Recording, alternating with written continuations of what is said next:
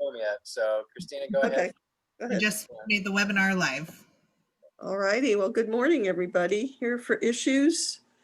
Gary, let's get started. Yes, thank you, Vice Chair Schrader. So Chair Bernard is speaking with the governor right now, and he will join us in about 30 minutes. So Vice Chair Schrader will chair the meeting. We'll do roll call. Vice Chair Schrader. Here. Commissioner Savas. Here. Commissioner Fisher. Here. Commissioner Humberston. Here. All right, it is Tuesday, November 3rd. We'll begin with our issues list. We'll start with the wildfire update. We have Nancy Bush, Director of Disaster Management and Incident Commander of our Emergency Operations Center. Please go ahead, Nancy. All right, thank you. Good morning, everyone. So I'm going to talk a little bit about some of our whole numbers that we've had since the incident started. And this is everything from who we've contacted, how many damaged properties we know we have, and just kind of a summary of what we've done here in the Emergency Operations Center. So for social services and human services, we've had a total of 632 contacts. We've been able to provide with financial assistance 59. And the number of people that have been screened out and have been provided with other information where they can get other resources is 373. Behavioral health has done 61 events. They have a number of Go Team hours at the Malala Fire Resource Center, which was 119 hours total. They had other locations such as the Clackamas Community College when we had an evacuation point there, at Welch's PGE Reception Center for the windstorms, Clackamas Town Center, Milwaukee Elks Lodge, Gladstone Adventist Conference Headquarters, Barton Park, Oak Grove Smoke Shelter, as well as many others. The Fire Resource Center saw 210 citizens checked in for services. 23% of the people served were from documented wildfire impacted properties. 77% were from other residents that were needing other levels of service.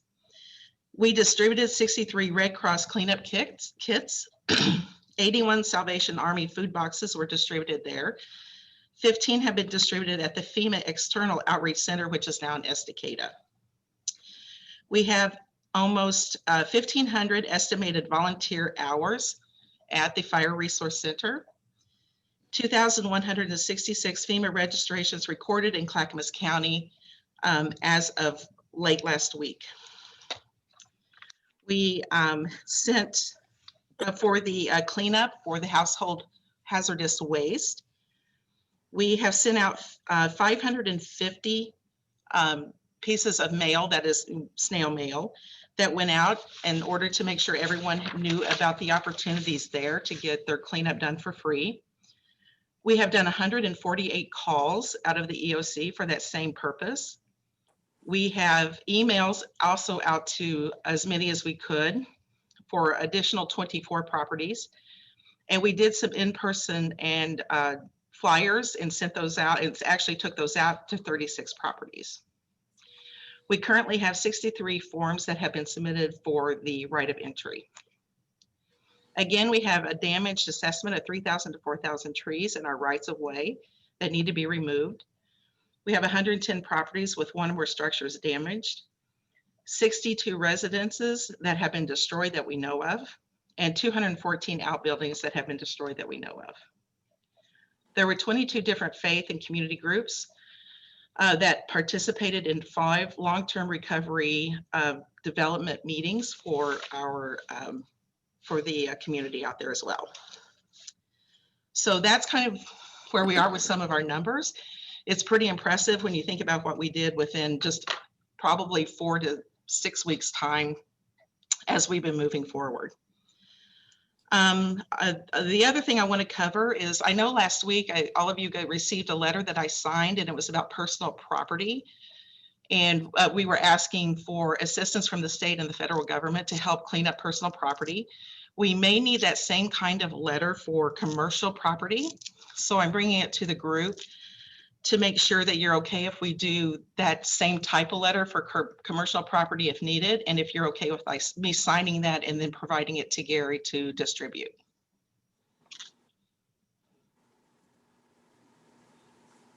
concerns, commissioners, with that approach? We don't need a vote, do we? But yes, I think that's fine. Okay, You okay? Okay. yeah, and definitely you'll get a copy of it. Okay. Sure. If we do have to sign that, we're still working on that to see if we do need to do that.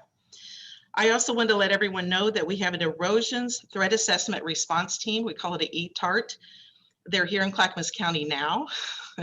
And they do have a Clackamas County person with them. And they're here just to look at the erosion, looking at some of the any issues that we might have around the water or landslides and those types of things. They're looking at all properties. And they will be here for several days. There's 10 people in a team, but of course they have a lot of area to look at because they look at federal land as well as state land, as well as private property, et cetera, where they can. And I just want to let everyone know that they're here now. They will be for several days, and we'll be getting a report from them, I think, within the next couple of weeks. And that is my update for Wildfire. Okay. I don't see any hands. Thank you, Nancy. Stay with us though, Nancy. Next, commissioners, for your consideration is if you would wish to extend the wildfire emergency declaration. This expires next week. You have a draft that you received yesterday. Stephen Madcourt, County Counsel, and Nancy worked on that. If Stephen, you'd like to kick it off, please, with what this is doing. Thank you. Sure, Gary. Morning, Commissioners. What we have for your consideration at this Thursday's business meeting would be a third addendum to the board order declaring an emergency concerning the wildfires. This third addendum would extend the state of emergency, the declaration of emergency, until January 8th, 2021. That date aligns with the debris management emergency declaration, and that date aligns with the COVID emergency declaration as well. So we're doing it basically for a matter of convenience for that particular date. What it does, the only thing different with this, it extends all prior emergency measures. The additional language is found under paragraph 4, where it says, moreover, Clackamas County continues to work through wildland fire recovery and needs assistance from state and federal partners, including but not limited to social services, case management, debris removal for public-owned properties, personal property debris removal as approved by FEMA and the state, watershed assessment and recovery, and mitigation efforts related to potential mudslides, landslides, and flooding.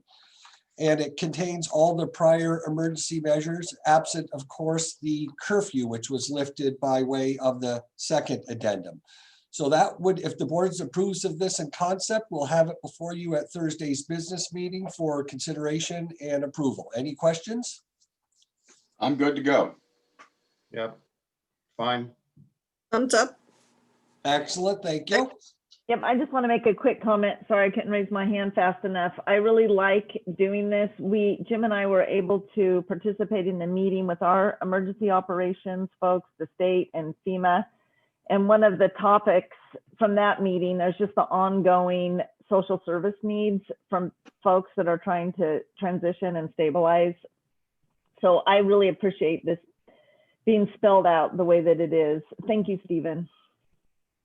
Well, you can thank, well, you're welcome. You can thank Nancy as well. We worked on it together. She did a lot of the drafting. Yeah, but I'm always thanking Nancy. So every now and then I've got to thank you. Thank you, Nancy. All right, we'll add to this Thursday's business meeting. So sorry, Christina, one more update to the agenda, please, and we'll get that notice out to the public. Okay, thank you. Moving on then, coronavirus update. We have Nancy Bush again to provide that. Go ahead. All right, thank you. So going through our numbers for today, actually this is of yesterday. So Oregon has 45,978 positives, 692 deaths, 825,922 negatives. Clackamas County has 3,478 positives, 67 deaths, 78,384 negatives.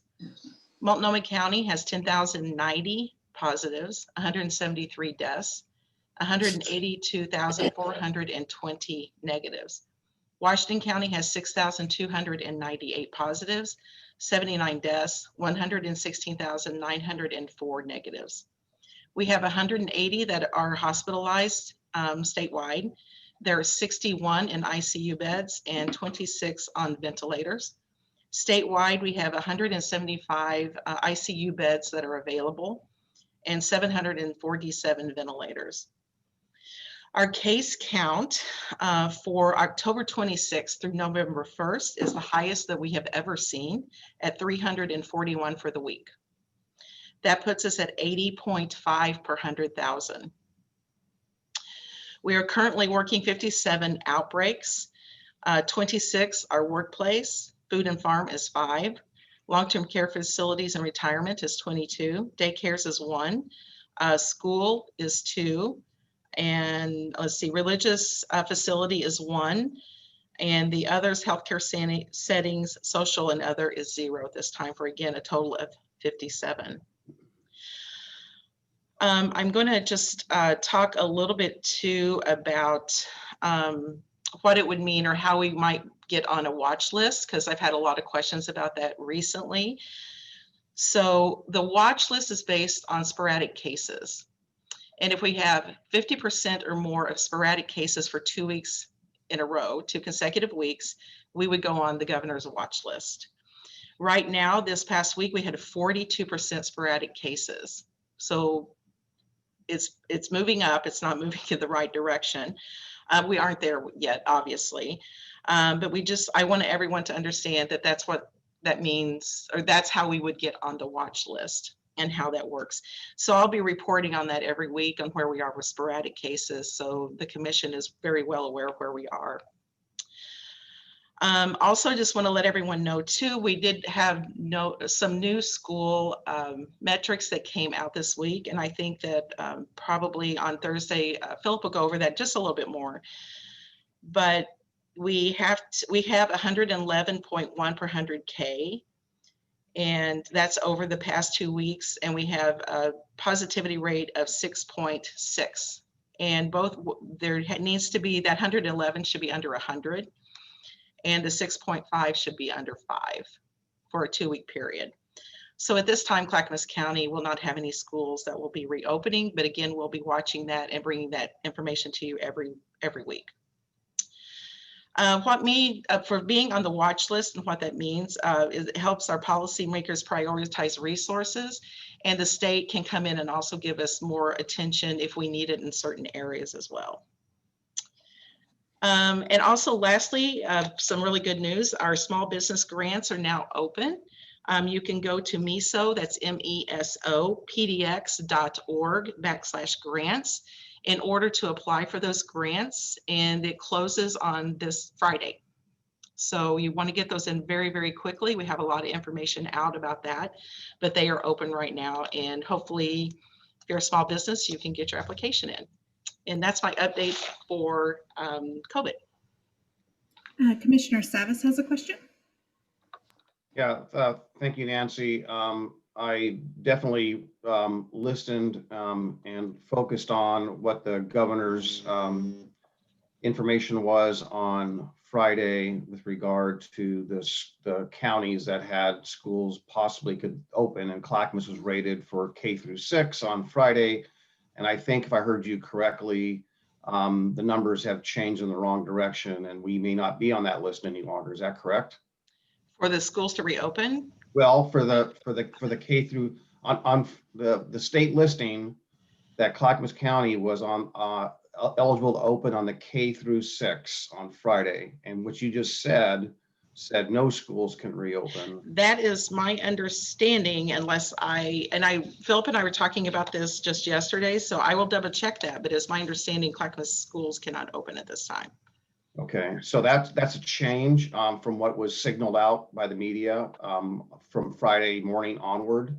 So this is the first I heard of it now not being eligible. So there was the best category was K through 12 could open. We didn't meet that. We met the middle mark for K-6. Okay, I will double check on that. Okay, thank you. Get back with you. Yep. And then we have Commissioner Humbertston and then Vice Chair Schrader. Never mind. Vice Chair Schrader, you're on mute. Yeah, I also listened the other day and I am finding it very, very troubling, to be perfectly honest, because I have never seen something that has given us a more complex pathway in trying to reopen schools. Absolutely. There's so much, if this happens and that happens, you start to lose, where's the validity of this? And I also pushed a little bit the other day. There is a liability with the schools opening. They cannot get liability insurance. Okay. And that is a huge issue. They can't find it or get it anywhere. And the other piece of this is there hasn't been any talk or any methodology or anything put forward, in my opinion, that makes me feel safe, how to train custodial staff for the kind of disinfecting and work that has to be done in order to keep that safe. I know that people say, oh, they assume people know how to do that. If you're going to open up and you want to have a medically safe environment, I'm not convinced that is also part of the infrastructure in a way that would make any of us feel comfortable. And I've got to be honest about that. I mentioned that yesterday to the governor and I wanted to do a follow-up, and they weren't real interested in me following up. So I thought that was I kind of thought, do they just want to move on, or are there some sore spots here? But I'm really concerned about both of those issues. And the numbers are going to change every day. I don't think we're ever really going to have a point right now with a surge where we're going to be okay one day and not okay the next. So I think that this is going to go on for a while. And I don't want to be doom and gloom, but right now I don't really see a pathway through to opening the schools at all. But if anybody disagrees with me, great, I don't mind. But I just left that meeting yesterday thinking, I don't know how it's going to be possible. But anyway, that's just my editorial comment for the day. So. Thank you. And I just want to say, I just checked, and K through 6 we cannot open any schools in Clackamas at this time. No. So, No. and Philip will talk about that a little bit more on Thursday. But I'm not sure why that was in the media. Oh, yeah, it was. And thank you for that update. And I guess we're going to have to, PGA should probably get on that and figure out what happened and if it was an error. But it was all over the media. And I thought, oh, great. I mean, the good news element of it appeared as though that, at least from a school standpoint, that the governor had decoupled us from the other two counties, is how I read it. And also announced that Multnomah County was now on the watch list. That is true. And yes, as far as schools are concerned, we are decoupled. And yes, Multnomah County is on the watch list, and we're still trying to work together. And we are learning from them as they are on the watch list. We have staff that are talking to them and working with them very closely, just so we can also learn from that experience. Yeah, so I guess my comment or question is not necessarily to Nancy on this one, but has anyone heard from the governor or the officer any kind of rationale as to how we're going to keep the averaging? For example, Martha, a lot of what you said I resonates with me, but it would seem that it would be quite the undertaking to engage in opening the schools. I mean, let's just say the news on Friday was accurate. A school or two chooses to open, and then a week later they have to shut down. That kind of instability and inconsistency is not worth planning on. And if your point is early on, you mentioned that there's no insurance, and if the school district's going to seek insurance for that, then that means they're really not going to open at all. So that there's another mixed message. They can't open, but they are going to perhaps open, but without insurance. I guess I would not want to be on a school board at this point in time. Well, Tough decision. this is just not me pulling this out of the hat. This is from talking to superintendents and other school board folks. I mean, there is a real concern out there, and I don't know. So Commissioner Humbertson has a hand up. Yes, this is a question for Mr. Madcore, if he's still there. I don't see his picture there, so I don't know if he's with us or not. And his microphone is off, so. you might be getting a cup of coffee. Understandable. Because we're so. Well, I'll tell you what, when he comes back on, would you call me and I'll ask my question at that time? Yeah. Thank you.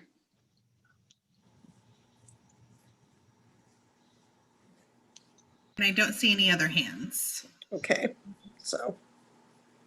Oh, All right, I'm sorry, let me just chime in. I had my hand raised and I lowered it and then I forgot to raise it. I'm just wondering if we should be thinking about how we should advocate and frame our concerns.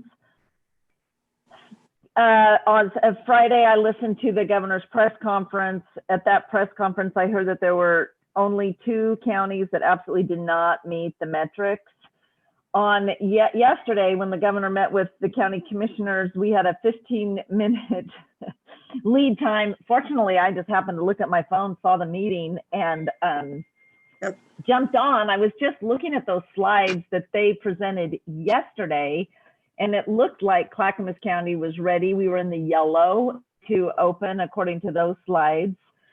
And now I do know that they were saying that it would be Monday's metrics that from OHA that the schools would be using to determine what they were going to do. I do recall hearing that. But where, Martha, you're concerned about school districts not having liability insurance, I'm concerned about them having liability because children's needs aren't being met, and there are federal requirements for many children with special needs to have access to a free, appropriate public education, which is not being met for many, many children. So there are concerns all around, and I'm just putting this out here. Let's just put our thinking caps on. We need to be a voice for our residents in a way that is constructive and safe. And I'm not sure what the answer is. Well, thank you that for Commissioner, because the other thing I have found out that I think is very interesting, it's a 50-50 split in terms of our constituency about whether we should open or not open. So that's another dilemma. Even out there with our constituents, there's, if they did open, there are a number of people who will keep their children home as well. I understand the access piece, but it is a pandemic. And what is your source for the 50-50? Was there a recent poll? Yes, I found that out from the superintendents. Oh, yes. I'd be really interested in learning more about that. Okay. So maybe offline you could get me that information. I appreciate it. There's no clear, like if it was 70-30, okay, go for the goal, but it's really not. There's not a consensus out there according to what the districts are saying. Yeah. So I heard that on NPR yesterday. That's a national poll, I believe. yeah, 50-50. Well, I was told that that was locally true too. So good, you're back. Yay. Yeah, just got off the phone with the governor. Everything's solved, so don't worry about it. All right. So Jim, you've been in a lot of meetings. Question that just came up is that on Friday, the governor announced that we were in the middle category and the Clackamas schools could open. And Nancy just reported and then double checked that actually Clackamas County schools cannot open. Have you heard? What have you heard, Jim? Oh, exactly what Nancy heard. It was actually on a chart. I saw that Clackamas could not open because the numbers went up. Okay. So yeah, it's like Commissioner Fisher was just saying, the data that they were seeing last Friday, but then after we get our data on Monday, when you do the last 2 weeks, including Monday's data, we did not meet the metric. Yep. Case in point, thank you. Mhm. And I just wanted to call out Commissioner Humbertson. Mr. Madcore is online now. Okay, Yes. Sorry, Thank you. folks, I was on a call with the clerk and I had to mute you, so I missed what was happening, but I'm back. How can I help you? For the purposes of people that might be listening or in the future listen to this Zoom meeting, I want to ask a couple of questions. Given that the governor has us under an emergency order, does the county have any authority whatsoever to ignore that emergency order and go off on our own? Not independently or absent some intervention by the court.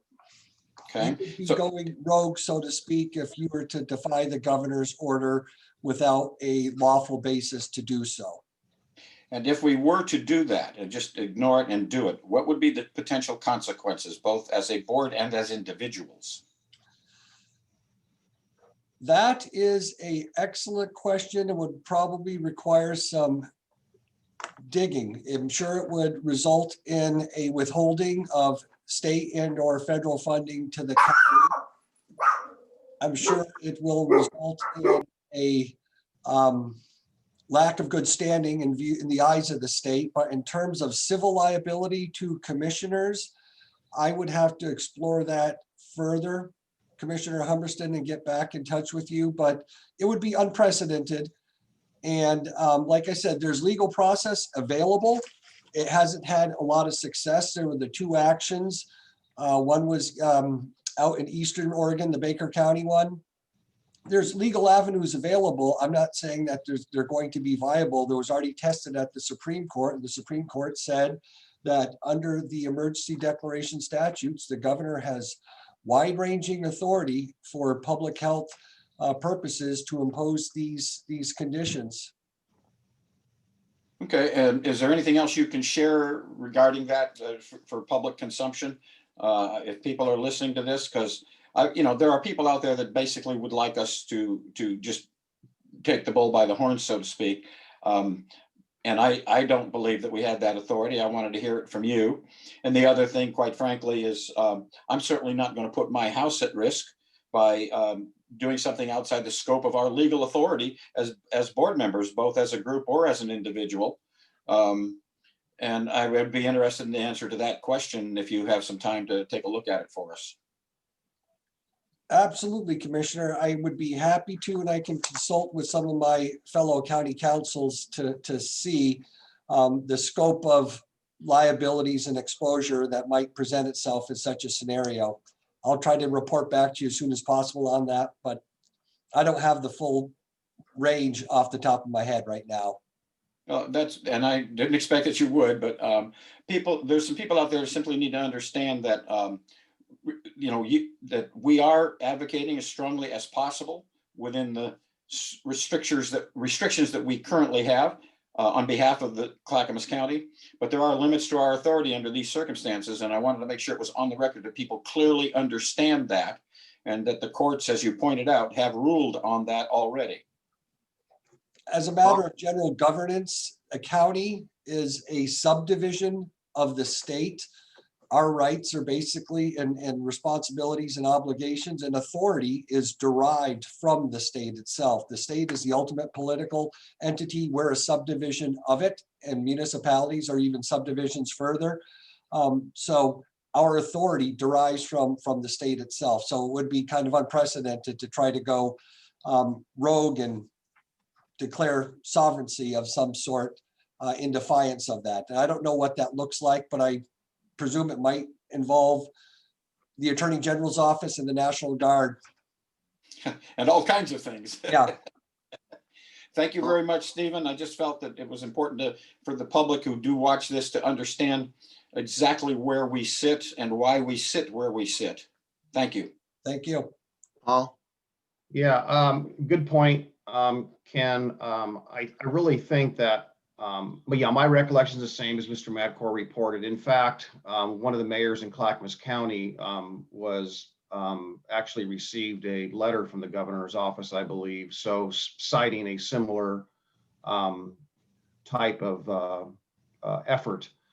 And so it was, again, the court case ruled, I concur. It seems to me between this issue, about whether we can go off on our own, which apparently we can't, was ruled by court, and or the other issue with the schools and the whole thing. I really think that, the messaging is going to be very confusing. And maybe if we have an FAQ, we could add at least one about the court case, Mr. Madcore, Ken's point, and add that to the FAQ. Can the county just, independently venture off and do its own COVID, whatever response? And the answer is no. And then cite the court case. But I think we should have that in an FAQ. That's a good idea. I like that. I'd just like to add that frankly, the Tri-County chairs have considered just telling the governor, the heck with you, we're going on out on our own.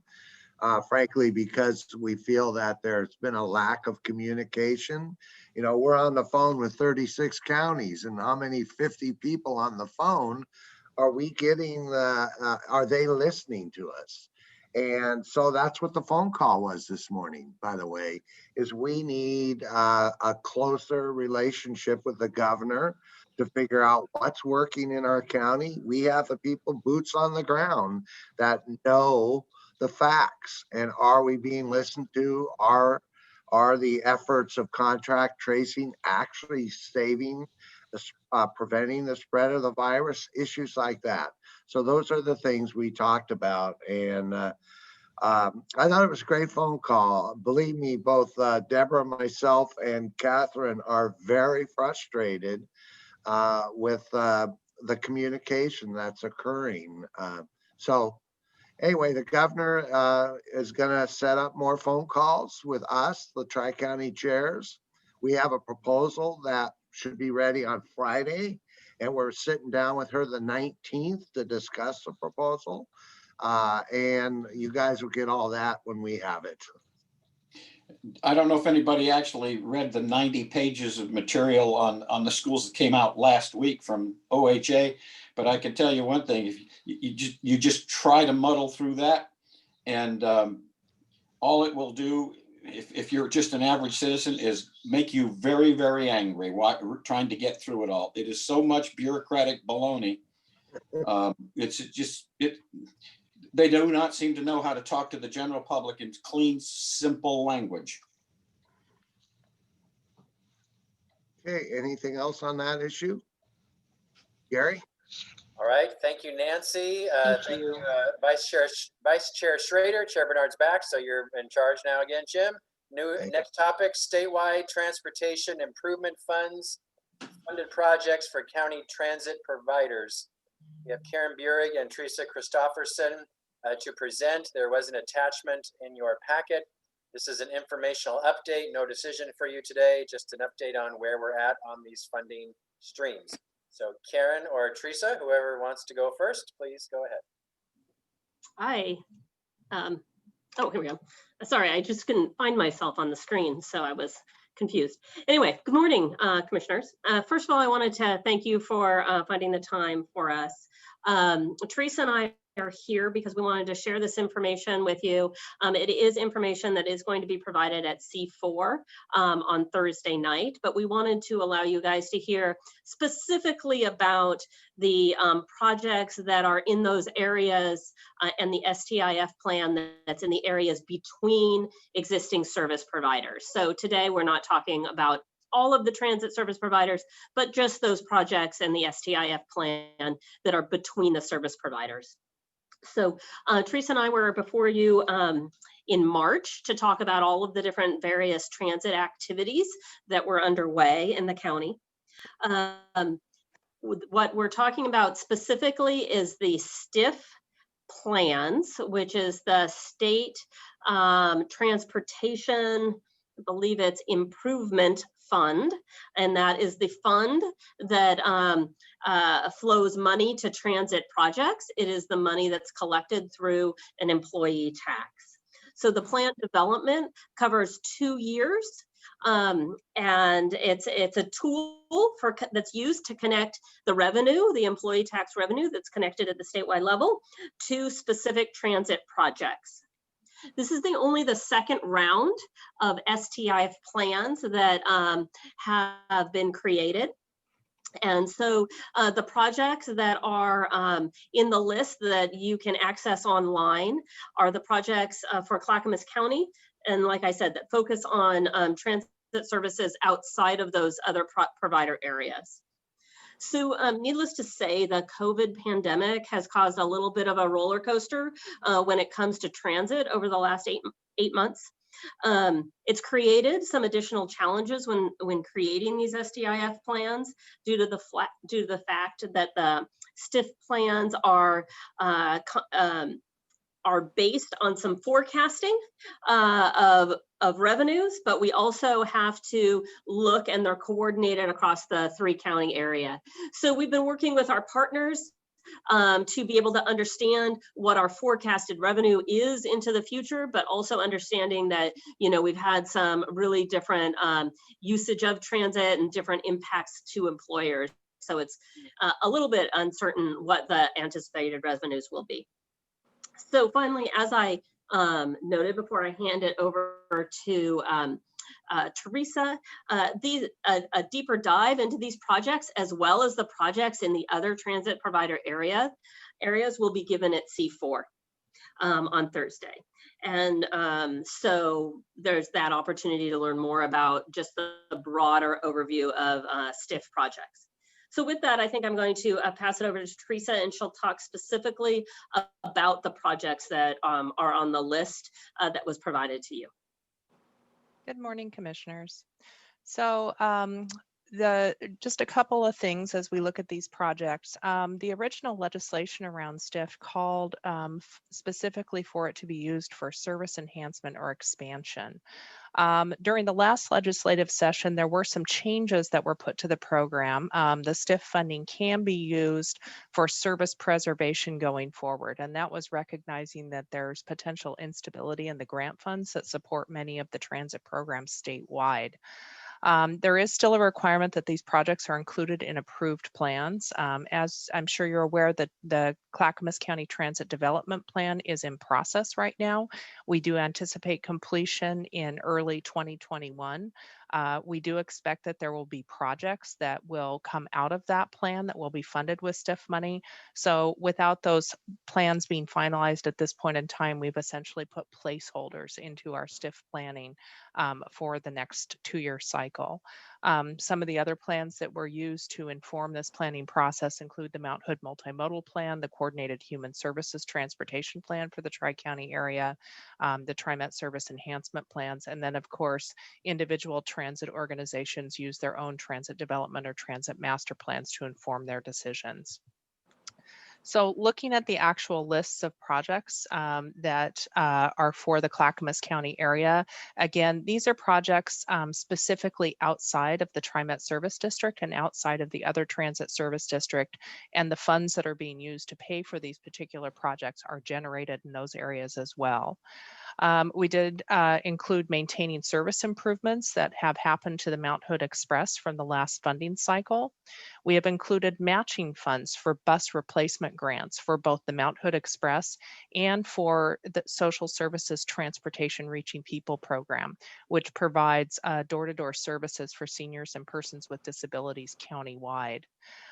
We do have basically a couple of rollover projects that we do not anticipate will be completed by the end of this fiscal year.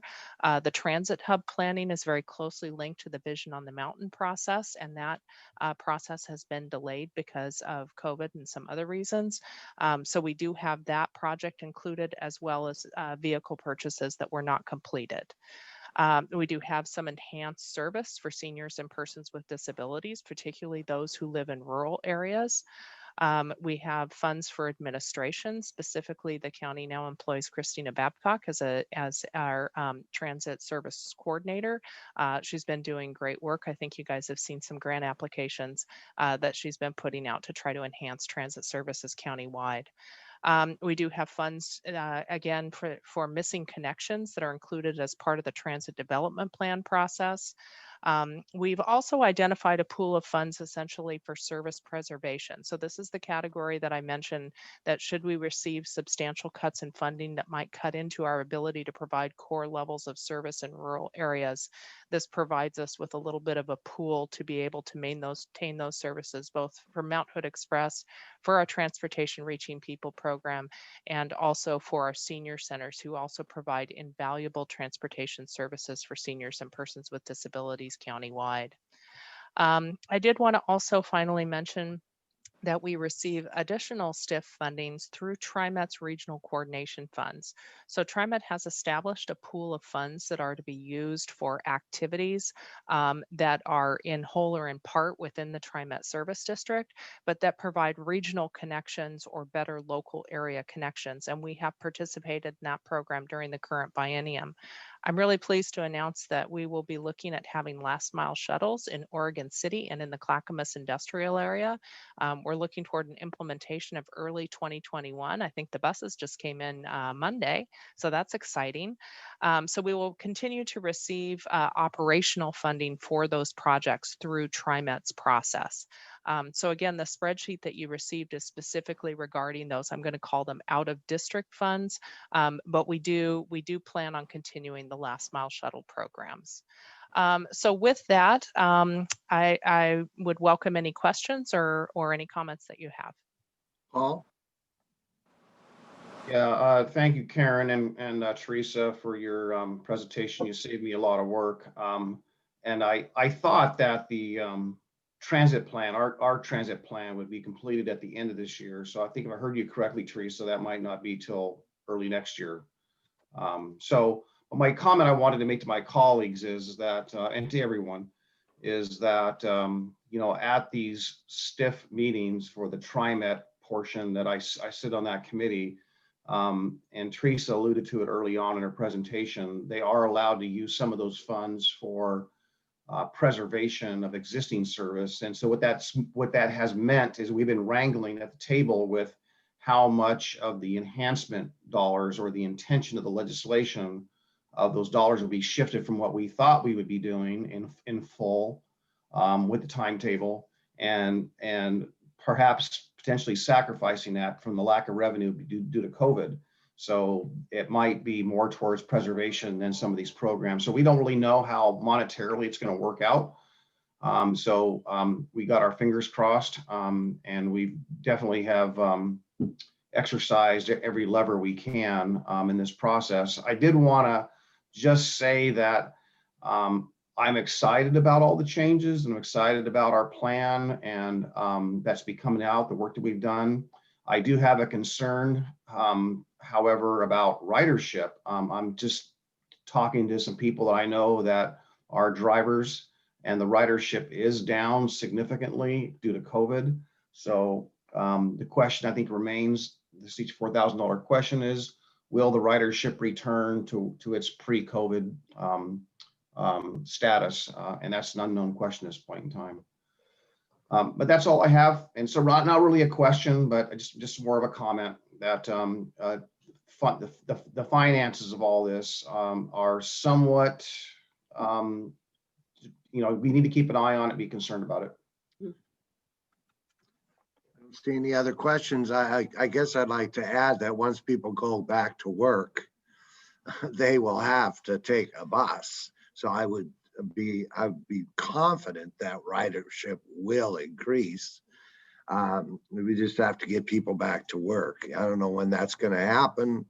It could be next summer before we're back to some new normal. I hope so. Anyway, Sonia. Yeah, I don't know. I think people will be working remotely for quite some time into the future because they like it. And I think our economy's fundamentally shifted through COVID. But Paul, something just struck me, and I just wonder if you know the answer, Karen or Teresa. I just haven't heard. In public transportation, have we seen any increased risk for COVID? I don't have an answer for that. So currently, under the governor's orders, we're required to have limited seating on buses, and we also have a requirement that masks are mandatory. In addition, we've invested dollars in installing driver barriers into all of our public transit buses to provide an additional layer of protection. So we do have a pretty robust response in terms of maintaining appropriate distancing between folks who are riding the bus and making sure that the environment is as safe as possible for our riders. What that has done is that has created capacity issues. So for example, with the Mount Hood Express, we are actually deploying extra buses during the day during our busy times where we have folks who are accessing the mountain for work and recreational purposes, because in our 37 passenger buses, we can only seat 11 people. So we're actually having to put extra buses out on the road to accommodate that. And I think that that's a common issue across transit providers statewide. So I feel that the service is very safe. There's extra cleaning. There's lots of precautions being put in place. It's really more of an impact to the operations to keep up with the demand, because there is demand for these services even with the COVID crisis. Thank you for that. I appreciate it. Paul? Yeah, on that note, Teresa, early on, I know that TriMet anyhow had, early on in the COVID crisis had mandatory 6-foot spacing, similar to the governor's rules. And then it was, for TriMet, it was crunched down to 3-foot spacing on the bus. So on the Mount Hood Express, what is our safe spacing on the bus? So we're following the governor's orders with the 6-foot spacing. So we're continuing to comply with that order. I know that I really can't speak to the process that TriMet went through to get that changed, but that's the spacing that we're using. Okay, thank you. All right, I don't see any other questions. Are you guys done? Yep. Thank you very much. Thank Thank you. Gary? Next is your monthly economic development update from our staff in Business and Community Services. We have Sarah Ekman, Deputy Director of Business and Community Services, who will present this month's update. Sarah, go ahead, please.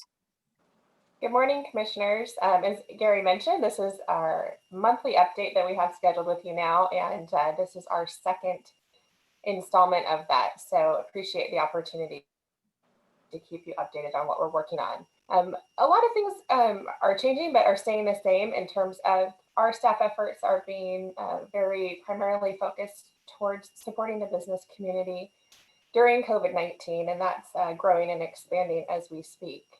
We continue to be involved with the Emergency Operations Center and continue to offer various elements of a business support package that we keep you updated on as we go. So the most recent news, as Nancy mentioned in her update, is we did open the second round of grants. So there's $155,000 there. We do know applications are coming in, and that closes this Friday on November 6th. So we were excited to get that open. The funding behind that came from Business Oregon, and we have some timeframes that need to be complied with for that, which is why it's structured in the time that it is. We continue to distribute personal protective equipment to the business community, both through a request process to the county website and through various partners who are taking it out with them as they visit with the community. We do still have our 4Biz phone and email address, and we're looking at what will become of the Who's Open app that was released early in the COVID response to see if there's a need there or if we can scale that back. We are working on a variety of other pieces, which I know you've heard about, and appreciate you signing and approving. We just did the Clackamas Community College intergovernmental agreement that will provide funding to the college to provide scholarships that will help students finish out their program. So this funding, again, is something that helps them get over the finish line, and it's pretty versatile in how it can be used. So we're really pleased to get that out the door.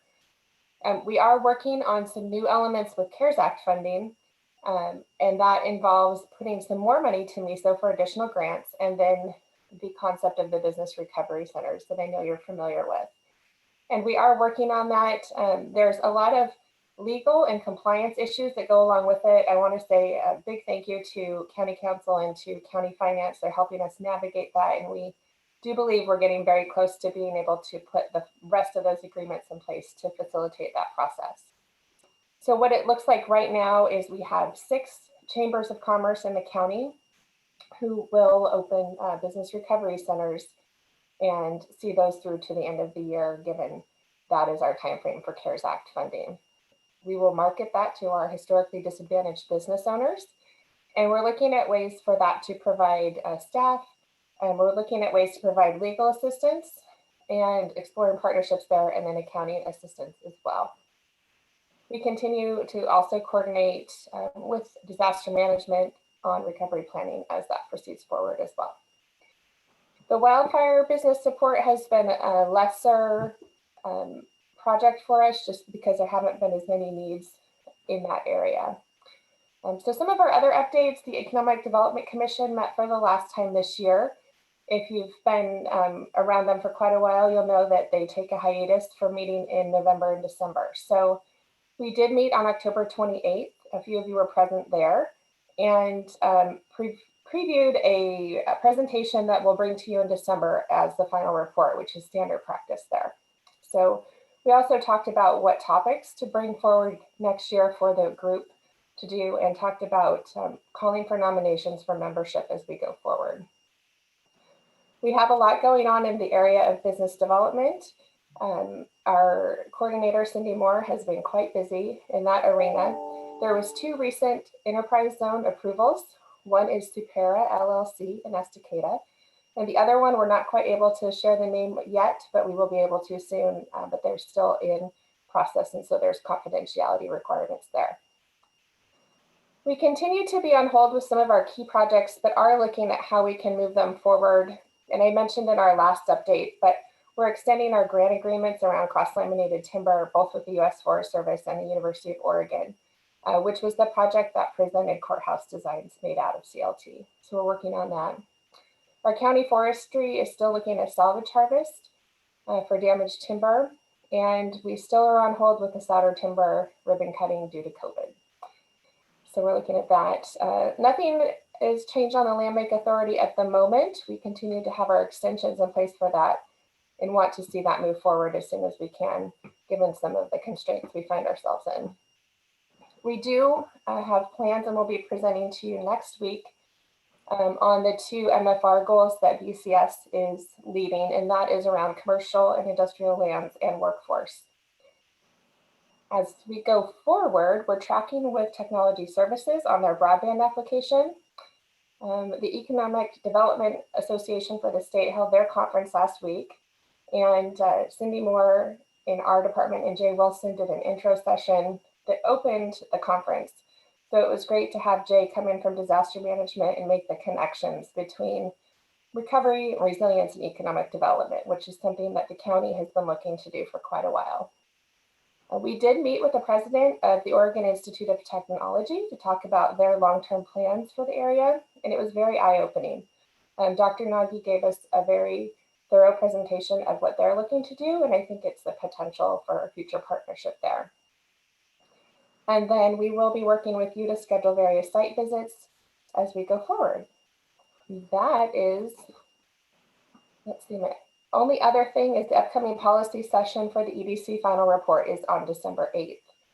So we will see you next week for the MFR implementation team update, and then December 8th for that EDC final report.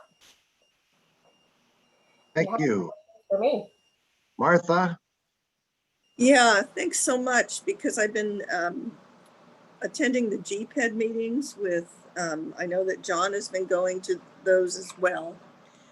And one of the target areas is supporting families and children. And the biggest issue that the businesses are dealing with right now, and they need interventions, public health interventions for childcare providers. And have we been investing any money, particularly some of the actions were, let's see, giving the childcare providers PPE, cleaning and supplies, food to set up operation costs, facility renovations, furniture and supplies through new COVID safety regulations, and then grant support to provide teacher hazard pay as an important action. So are we involved in any of that directly? And have we considered using any of the CARES Act money or money that this is coming directly from the business community? It's been verified by our chambers.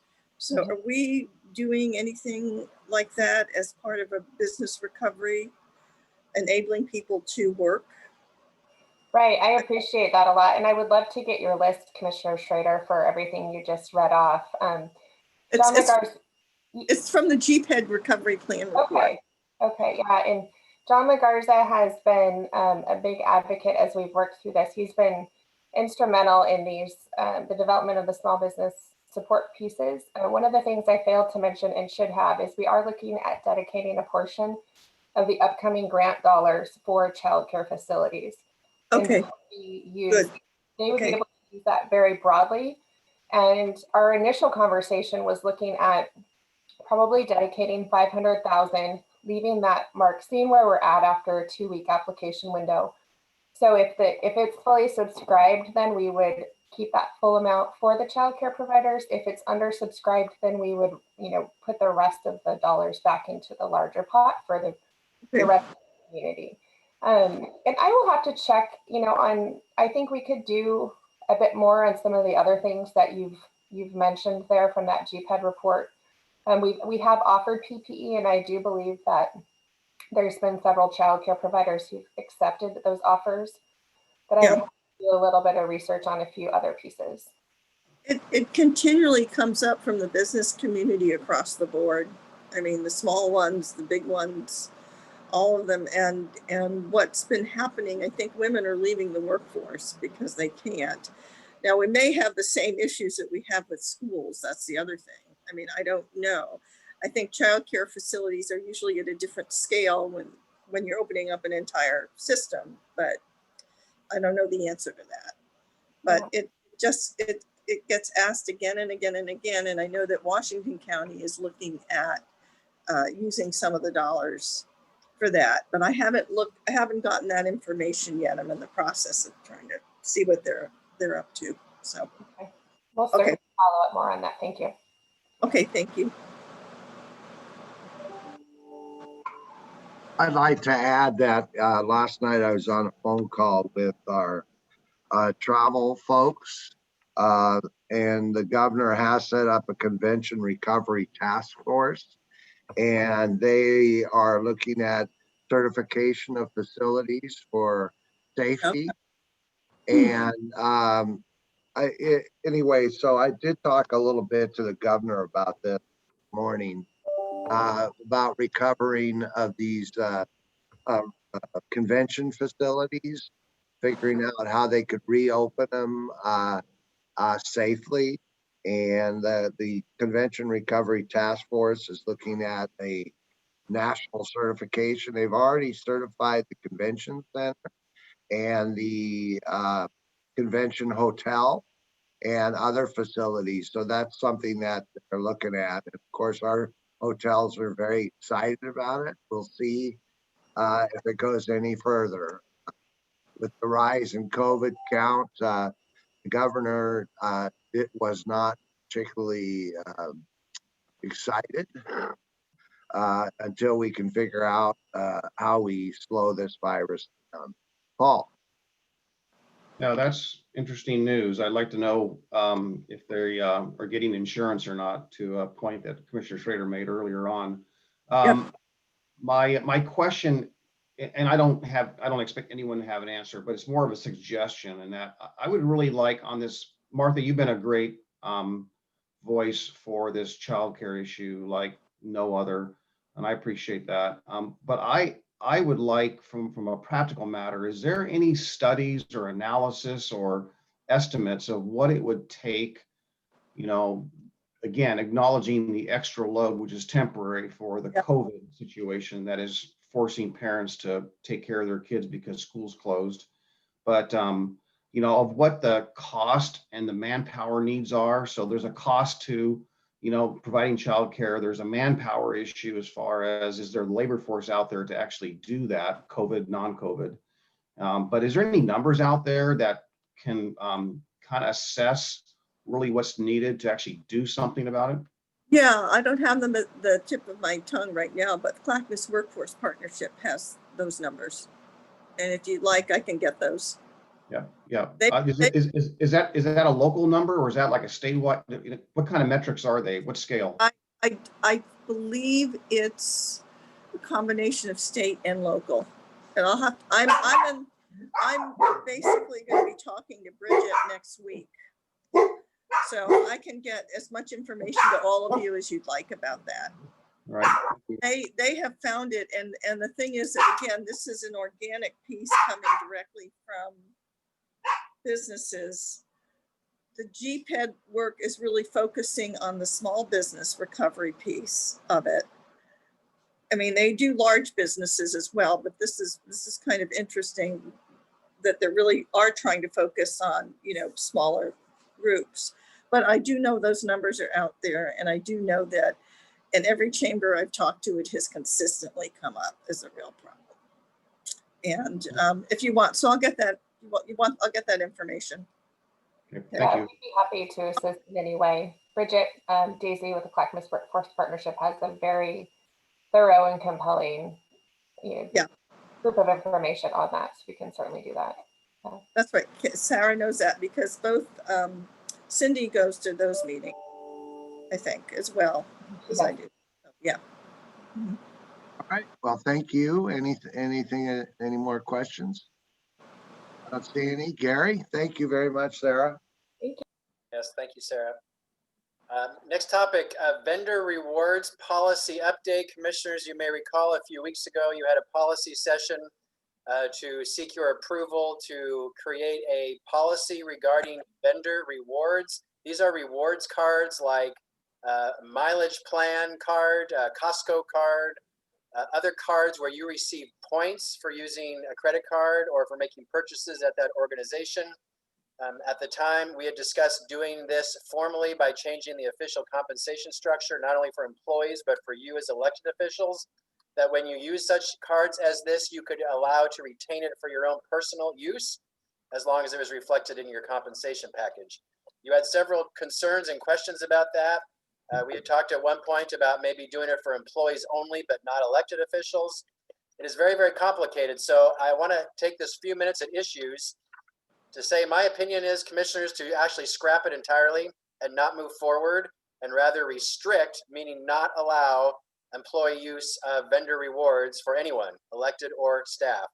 But that's my opinion, and it's your decision. So I wanted to see if you still wanted to go forward with the policy session to discuss this in more detail, or if you might agree to my suggestion of just dropping this entirely and not allowing this vendor rewards for employees or for elected officials. I'd like to take your temperature on this before moving forward, or not.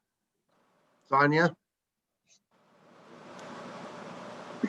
So, Gary, would there be a concern with making the county the beneficiary of any rewards that are the result of public dollars, such as I have a separate Alaska mileage plan that I have used only for county commission that could be used if ever we fly again, if ever I had enough miles to help with public costs of flights? I'm gonna need to assist on this. So Christina, could you bring in Andrew Naylor, who from County Counsel's office, who worked on this policy draft? He can answer that for us. So Andrew, surprise, here you go. I know he's been listening to this. Hi, Andrew. Did you hear the question? I heard the tail end of the question. I have the paper recycling truck outside my window right now. So if you wouldn't mind repeating it, I'd appreciate that. So I'm just wondering about, would this policy allow for the creation of rewards accounts that the county would benefit from? So for instance, I have 2 Alaska airline mileage. I have a personal one that I've used for personal. And then when I became a county commissioner, I created a separate one that I've used those county numbers. So I have a county mileage reward that could be used to benefit the county if I took if we fly again, if I took a flight, possibly if I had enough miles accumulated. I mean, I'm just thinking that if we could benefit it for the public taxpayer, that would be a good thing. We shouldn't necessarily leave these rewards that we're actually paying for with our swipes or whatever it is we're purchasing just on the, without, does that make sense? It does, and the county already does that to some extent. And the policy that we had drafted, and we actually put together a couple of variations depending on how this board wanted to handle it. But in all the drafts, the rule is that departments are encouraged to create their own award account. So if a department H3S is going to Safeway frequently to buy food or whatnot for various events, to create an H3S vendor award account with Safeway so that they can benefit from that. I don't know how that works with miles. That might be a good question for finance or whomever there handles mileage in particular. But the policy is drafted has a recommendation that you create it for the county's use first. And if the county hasn't already created one, then the employee would be able to get the miles. So to your question, to a large extent, that's already happening, where we try to retain it for county benefit. Okay, I'm just wanting to make sure that any policy would allow that, because I don't want us to give away benefits that could benefit the public finance situation, the public's finance situation. I don't want individual public employees benefiting personally. I think that I have a problem with that, but I don't want us to leave resources on the table. It wouldn't. We can, even if the direction is no, we don't want to allow any personal benefit, we as the county can always do it, because the ethical rule is for the individual. So they're not allowed to do it unless it's part of their official compensation package, but we can always retain the benefit for the county. It just can't go to the person as an individual. Okay, Ken? Yeah, I'm okay with the idea that the county benefits from its expenditures through vendor reward systems, but I would not support it for elected officials nor for public employees. If we're spending taxpayers' dollars on behalf of the taxpayers for purchasing goods and services, the county's the one that should benefit from that, not individual employees and not individual commissioners. It's somebody getting something for free that nobody else can get, and that's, generally speaking, not a very good idea in public service of any kind. So, Gary, I don't know if we can resolve this now before we do a policy session, but basically the idea is that you would use a county number, mileage number, and people in the county, a commissioner, for example, could use those miles to buy a trip to Washington, DC, not to Hawaii to have fun. And any employee department would have those numbers to apply to travel. The challenge, of course, is how do you equitably do that? If you have 10 people flying, well, the county's paying for it anyway, so it's just a matter of reducing the cost of whomever's flying or a free flight. Does that sound like what we're talking about, Andrew? Candidly, I don't know the logistics of how we create a mile account for the county. I would assume we could, but I don't know. There may be reasons that we can't. I know one concern that finance had with all this is certain awards, and they use miles as an example, automatically linked to you as an individual, and you almost can't avoid them, which was part of the problem that they were trying to address, was that automatic receiving of the benefits. So it's possible. I just don't have enough information on how you would create a county-only airline mile program. I will say we reached out to the state of Oregon and a couple of other folks to see what they were doing, and the state does have a prohibition, but they have a distinction in it where they say state employees can't use benefits received. It doesn't prohibit them from receiving them, and this was their way to deal with the problem where an employee might receive a benefit without having any choice, like a mile benefit. So it's sort of a, in my view, an artificial distinction, because I don't know how you police somebody using a portion of the miles they received because they happen to use it based on a state or county trip. But that was how they carved it up. It is pretty complicated, whichever way we go, whether it's a prohibition, whether it's partial allowance. It's just not a clean fit because of the ethical statute. So let's not have a policy session or. So I'm suggesting no policy session, and not to debate it here, but rather yes or no to a policy session. If there's no session, we're basically done, although we could further look at what you suggested, creating a corporate account that would be for the organization only, to be used by the organization. We could look into that further. Would that be okay, commissioners? I think so. Commissioner Fisher has your hand raised. Yeah. Yeah, so I know that currently some people have used their miles personally, and we need a policy that's clear that that's probably not okay. But the other thing we could have as part of that policy is if the benefit is tied to the individual, then we could have a process that when someone leaves county employment, that they transfer those miles to someone else. They transfer that benefit. That's something that you could do with miles, for instance. If I may, sorry, I didn't want to interrupt here. I think it would be good to have somebody from finance speak as to the mechanics of how a mileage program would work, how they administer it. That may answer some questions about what we as the county can do, what we could receive, how hard it would be to set up a program like that. It may be doable. I'm just not sure.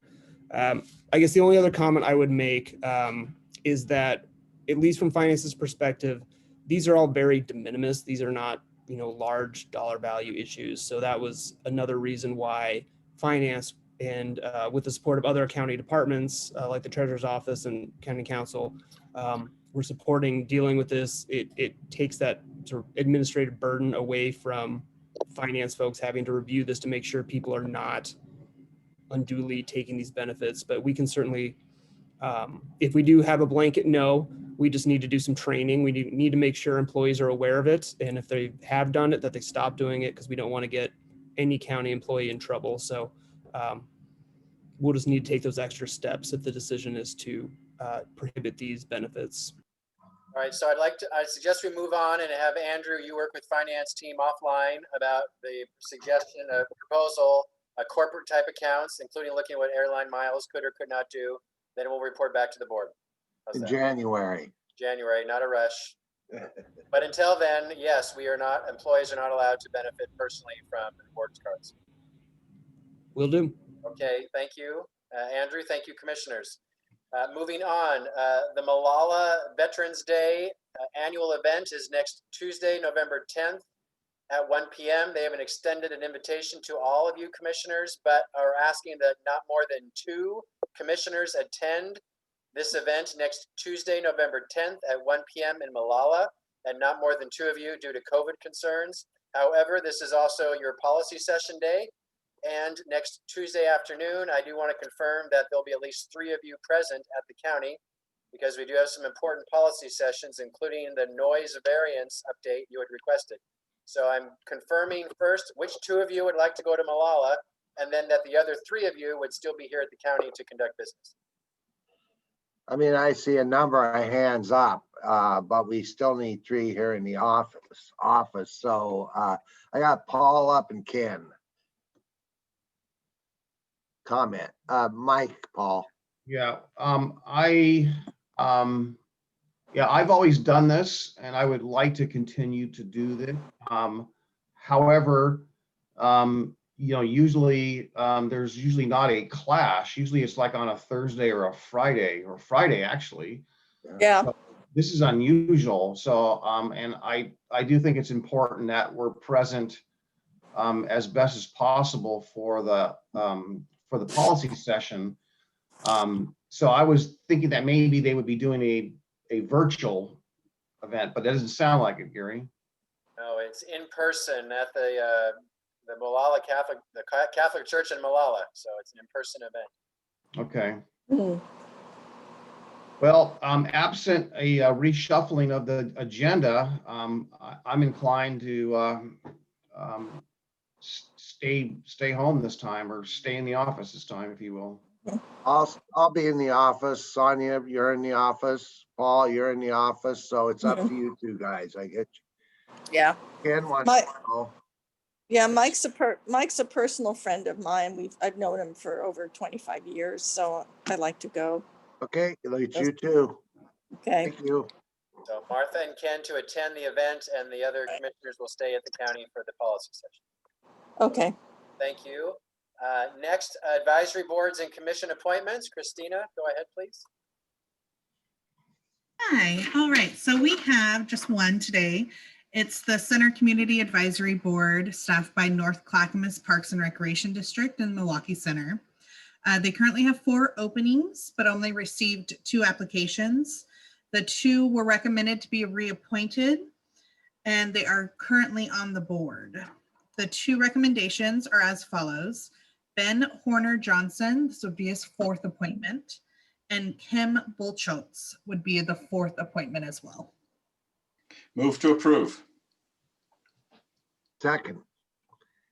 Further discussion? Paul? Yeah, so this is the Milwaukee Center Community Advisory Board, correct? Yes. Okay. Thank you. Oh, sorry.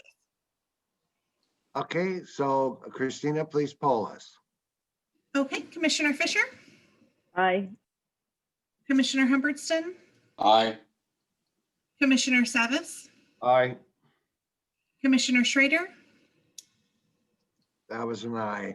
I saw. Chair Bernard. Aye. Motion carries unanimously. Next item, Gary. Next, review of your business meeting agenda for this Thursday, November 5th, 2020. It is a 10 a.m. business meeting. You'll have an elections update, a wildfire update, a COVID-19 update. You've just added an additional item to extend your wildfire emergency declaration. You'll have 2 presentations, one on the Hispanic Interagency Networking Team, or HINT, and their work in Clackamas County, and a presentation from our local Red Cross and Environmental Protection Agency staff to update you on local debris and disaster management efforts. You'll also have a public hearing on the first reading of an ordinance about short-term rentals, updating the county code, and a consent agenda with several items. I'll note we just added one today for H3S regarding support for a rent assistance. And due to the timeliness, I asked that it be added today. So Christina will send an updated agenda with the wildfire declaration you just decided on. However, as always, if you do have questions on any item, if you please let me know prior to Thursday so staff can answer it for you. Next, we have 2 items to add about appointments for you, liaison appointments at Chair Bernard's request. The first is for the Clackamas County Coordinating Committee co-chair role, because Chair Bernard is going to step down because he currently serves in that role. Second is for the North Willamette Research and Extension Center, or NREC, representative. So Chair Bernard, would you like to explain those 2 openings, please? Yeah, first C4, I've talked to the executive board and they'd like to put Paul as the co-chair of C4, and Martha's, Paul asked that Martha participate. So I'd like to put Paul in there. And then for NRAC, Martha's very interested in that position. Yeah. Also an advisory board. We meet monthly, sometimes less than that. So I'd just like to do that for the end of the year, put Paul as the co-chair, and Martha will I'll just be there. And NRAC, Martha would sit on that board. Anybody have issues with any of those? You guys okay with that? Yeah. Okay, great. No, so that'd be effective when, Jim? Let's do next month, Okay. first of December. Okay. I think we have one meeting in the meantime, which is this week, right? Right. So Gary, should we do that by motion?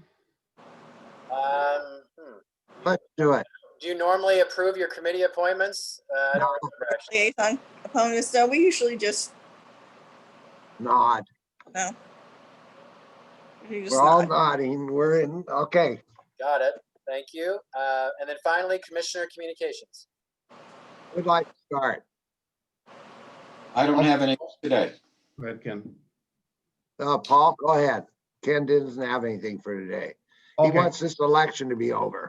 Yeah.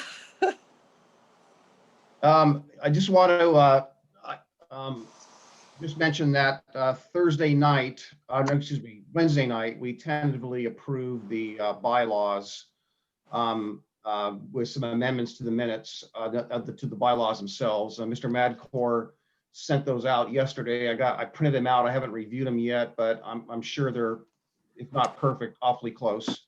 So I guess the next step is, I don't know, Gary, if you were anticipating that the DAB meet again or simply just send this out. But, you know, once it's, you know, once we all say, yep, this is exactly what we expected, we need to get these before the Board of County Commissioners and before the City of Milwaukee in the most effective way. So I just want to make that announcement that our work appears to be pretty well done. But I would like to get some kind of input from Gary on the couple questions I have there. Yes, thank you, Commissioners. So first, congratulations to the District Advisory Board for North Clackamas Parks and Recreation District. They did it after a year and a half. They finished their bylaw proposals and by the original deadline of October 31st. So yes, the next step is to share the final document with the members of the District Advisory Board to confirm those were the edits you all agreed to. And in my opinion, that can be an email conversation. There's not a need to meet again unless there's a disagreement by the text, in which case we'll call one more meeting of the DAB. Then it goes to the City of Milwaukee to get a formal statement that they approve of these bylaw edits, and then to the Board of Directors of NCPRD to authorize the update to the bylaws, and then we can work on the formal IGA update with the City of Milwaukee. So that would be the order. We can do the first two certainly in the next month here, but before the end of the year, by December 31st. The IGA will take a little bit longer, but the intent is to get Milwaukee to tell us, yes, go forward, or perhaps do a amendment to the IGA as a bridge until the full IGA is updated. So that would be the next steps. Well, thank you, Gary. I appreciate that clarity. I did want to say that I have been in contact with all the CPO chairs. There's 4 of them that are active in the boundaries of the NCPRD board. They are all very excited and very interested in the establishment and identification of the sub areas, which is really the geographic map of the district, divided into 5 areas. Milwaukee's their own sub area, has their own park advisory board. But basically what we've done here is we've kind of reestablished the sub areas. And I've been asked by some members of the CPOs and community to do a town hall on this to talk about it. I presented before the Jenny's Lodge CPO on Tuesday. The Oak Grove CPO approved a letter to send to the BCC approving the sub-area concept. Gary has been in contact with some of those folks, and him and I have spoke about this. So we are moving ahead with trying to get that underway and try to get community involvement into the concepts of how we do that. So it's kind of organic. But what we'll be doing, instead of setting up 4 separate sub-area advisory committees, we'll set up one joint advisory committee for the unincorporated areas. And so we'll be working on that. So if you hear anything about a town hall and anything, that's basically what's up. It's been received very positively. We had a number of people even testify and send in comments about supporting the work that's been done at the institute staff. So I want to just thank Gary, Mr. Madcore for his assistance in the meetings, and all of the staff at NCPRD and who helped with this, that we finally made this accomplishment. And of course to Wilda and her role, in these last couple months, it's been very productive. So we're in a good place. That's what I hear. Great. Gary, what's up next? Lunch? Are all commissioners, have you done your updates already? Yeah. Sonia? Yeah, I don't think I have anything. I think we communicated all that we were to communicate earlier, so I'm good. Martha? She's good. I think I also did that. I told you we had a phone call with the governor. She's committed to more closer communication with the Tri-County. I mentioned C4, NRAC, also mentioned the Convention Recovery Task Force. So I think we're good for lunch. Yep, back at 1:30 p.m. Thank you.